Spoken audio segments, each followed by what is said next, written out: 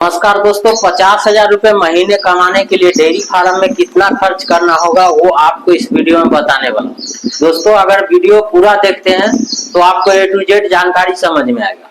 मैं लगातार 8 साल से डेयरी फार्म चला रहा हूं। दोस्तों, अगर आप डेयरी फार्म शुरुआत करते हैं तो कितना दूध का मेंटेन करेंगे तो आपको 50,000 रुपए होगा, वो आपको बताऊंगा। दोस्तों, इसमें खर्च कितना होगा वो भी बताऊंगा। तो सबसे पहले तो हम बात कर लेते हैं कि ब्रीड के ऊपर। दोस्तों, जो किसान अगर ट्रेनिंग लेके डेयरी फार्म शुरू करते हैं उनको, और जो नहीं ट्रेनिंग लेके करते हैं उनको, दोनों के लिए ये वीडियो है। और बारी बारी से मैं बताऊंगा कि आप लंबे समय तक डेयरी फार्म को कैसे रन कर सकते हैं। दोस्तों, मैं लगातार डेयरी फार्म चला रहा हूं और नए किसान जो बिल्कुल नए हैं और डेयरी फार्म में आना चाहते हैं तो वो शुरुआत करें कि 2 गाय से करें। दोस्तों, डेयरी फार्म अगर आप ट्रेनिंग लेके शुरू कर रहे हैं तो 5 या 10 गाय को भी आप मेंटेन कर लेंगे। लेकिन वही बात करते हैं कि डेयरी फार्म को मेंटेन कर लेंगे लेकिन आप दूध को मेंटेन नहीं करेंगे। जैसे कि दूध बेचने का मेंटेन, अगर आप 10 गाय लेके आ गए और शुरुआत में आपको दूध बेचने का सही जगह नहीं है तो वही आपको नुकसान करेगा। चलिए बात करते हैं बारी बारी से कि दोस्तों ब्रीड कौन सा रखना चाहिए। जो ट्रेनिंग लेके आए हैं उनको, और मान के चलते हैं कि दूध आप पहले कहाँ बेच रहे हैं।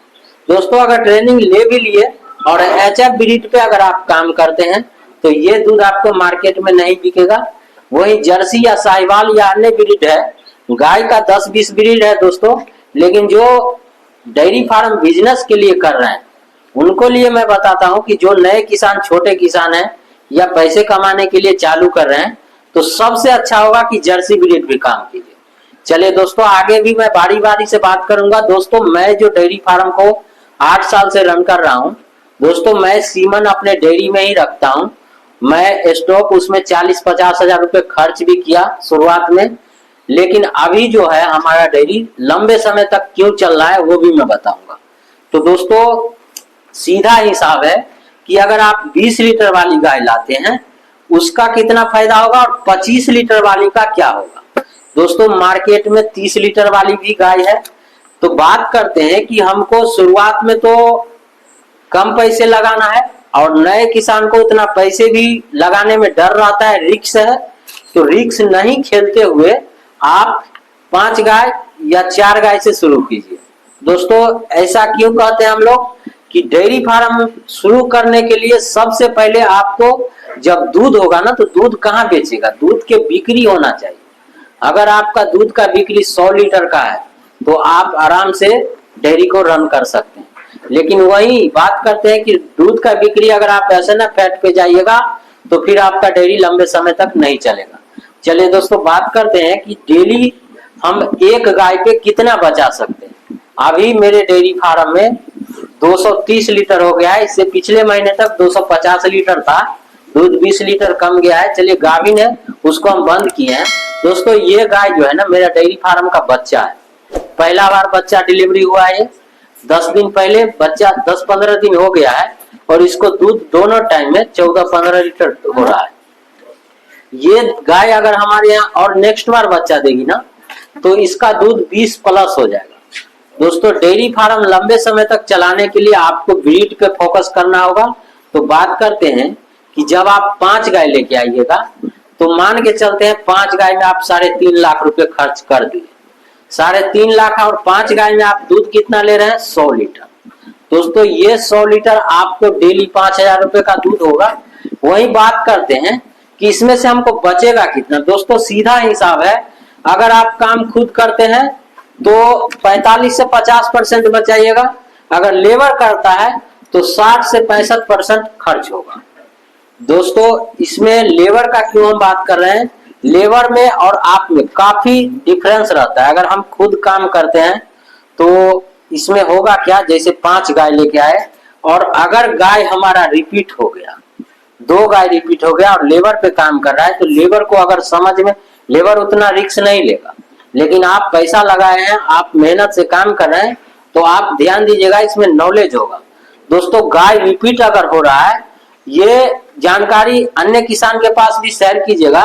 जैसे कि गाय हमारा एक बार रिपीट हो गया ना तो उसको हम 3 टाइम सीमेंट डलाएंगे।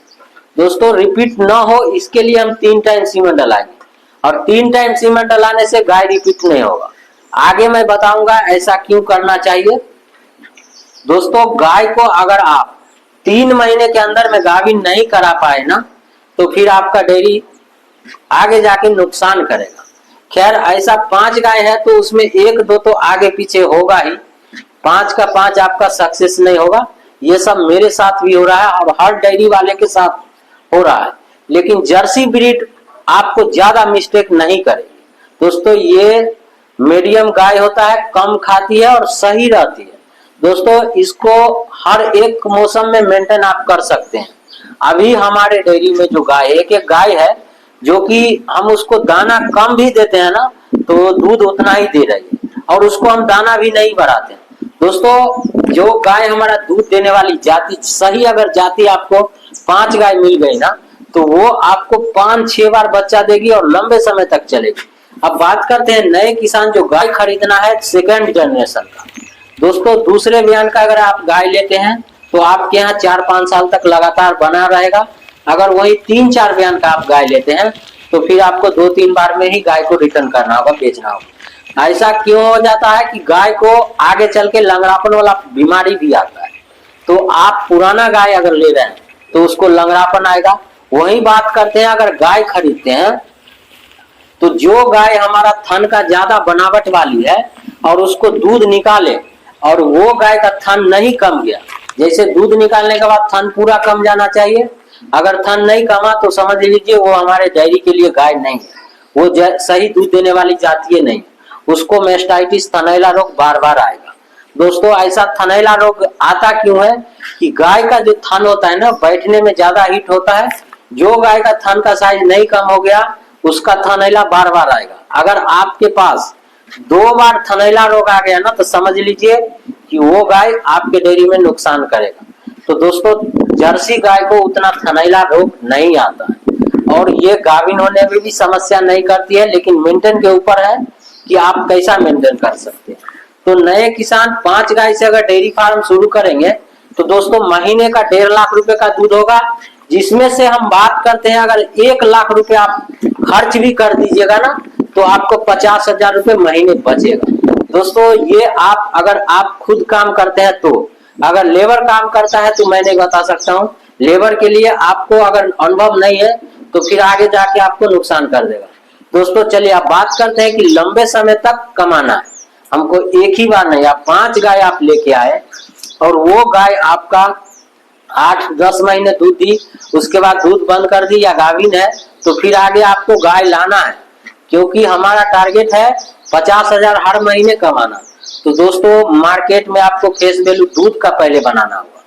तो दूध का आप बिक्री जैसे ही बढ़ाइएगा आपका डेयरी फार्म रन करेगा। दोस्तों डेयरी फार्म हर एक युवा चाहता है कि मैं भी शुरू करूं, लेकिन वो दूध बेचने में ही मिस्टेक करते हैं।